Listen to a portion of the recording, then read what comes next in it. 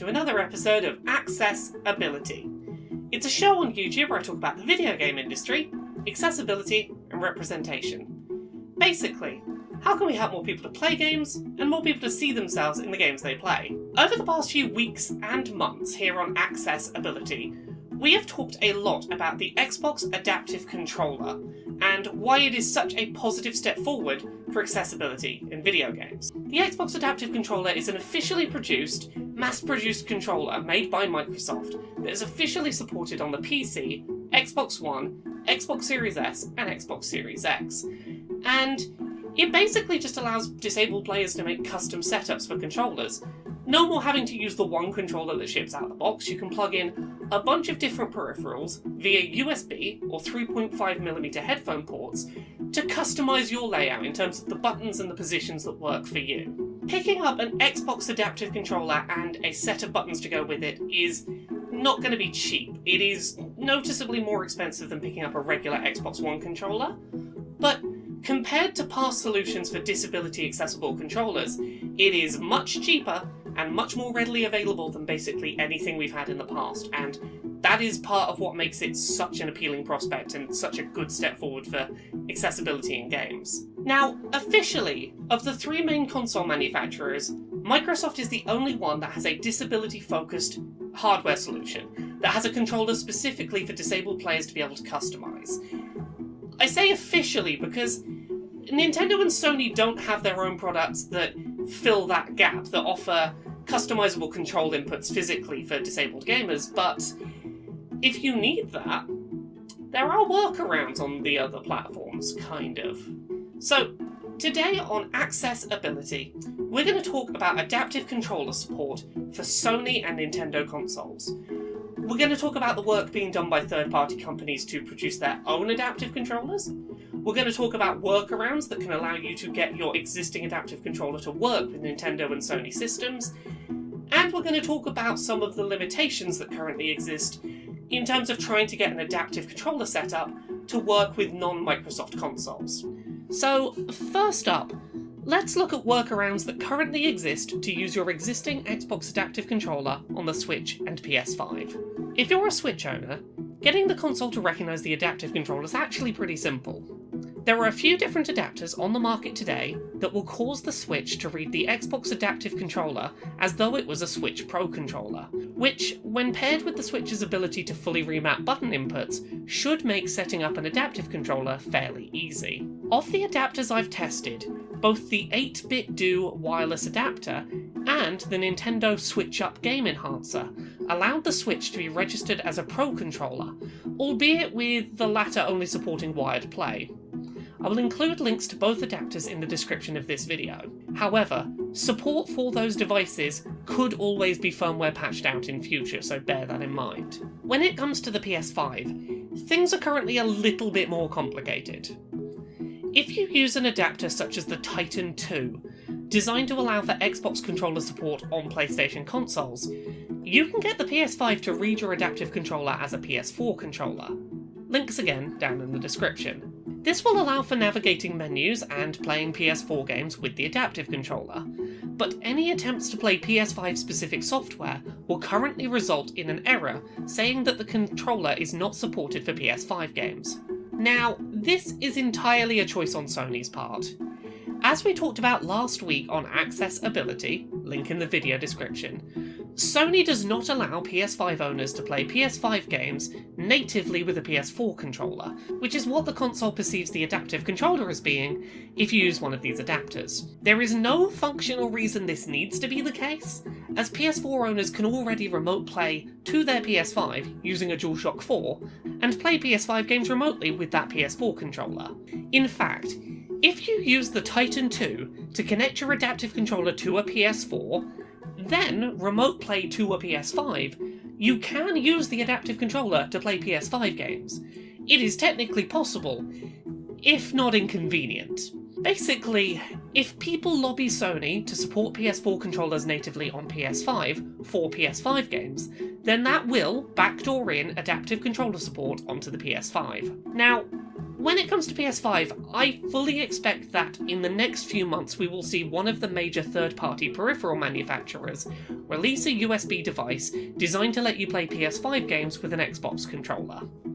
As soon as that happens, which, based on past hardware generations, should probably be fairly soon, we will likely see a much easier setup of the adaptive controller for PS5 games. Right now, that's a waiting game. However, there is another avenue of support that's potentially on the horizon for disabled players who already have adaptive controller buttons and want to be able to use them on the Switch or the PlayStation 5.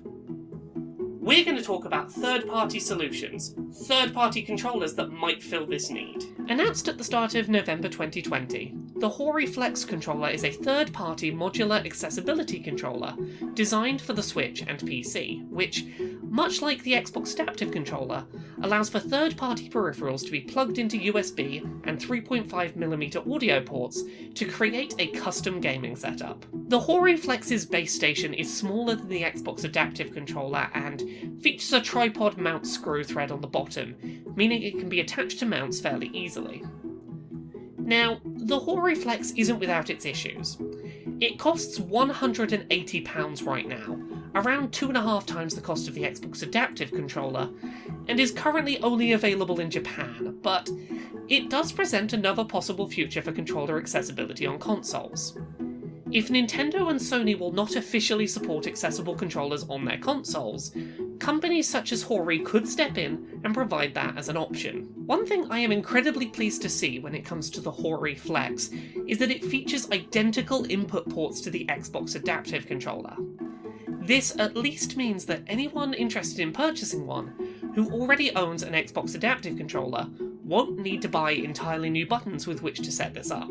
Hopefully in the coming months we see Hori bring the Hori Flex to the rest of the world, as well as developing one that works on the PS5 too. However, there is one remaining hurdle that players will need to consider when playing Switch and PS5 games with either an adaptive controller workaround or new third-party adaptive controllers in future: touch and motion-controlled games. One of the reasons the Xbox Adaptive Controller works so well on Xbox consoles is that Microsoft controllers have only ever included buttons and analog sticks, which are easily replicatable inputs with custom buttons.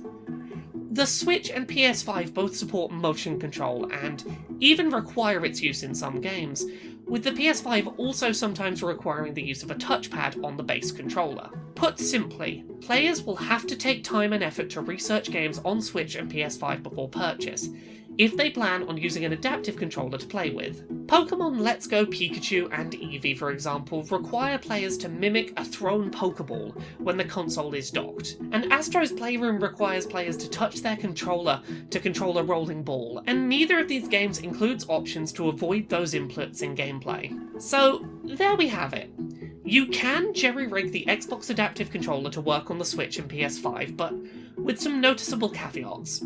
In the short term, I really hope we see Hori step up and make these adaptive controllers available in more parts of the world, for more platforms, and basically fill the gap left by official Xbox Adaptive Controller support on these platforms. But in the long term, I really hope that we see Nintendo and Sony take notice of the fact that clearly there is a market for accessibility controllers for their platforms, and think seriously about how they can support those officially and not just leave it to the third-party market to manage it. The fact that there are entire forum threads about which adapters will let you use an adaptive controller on your platform should tell you there's a market for that, you just need to support it. Getting the Xbox Adaptive Controller to be supported on the Switch and PlayStation 5 is a great step forward, but it isn't going to fix accessibility overnight on those platforms.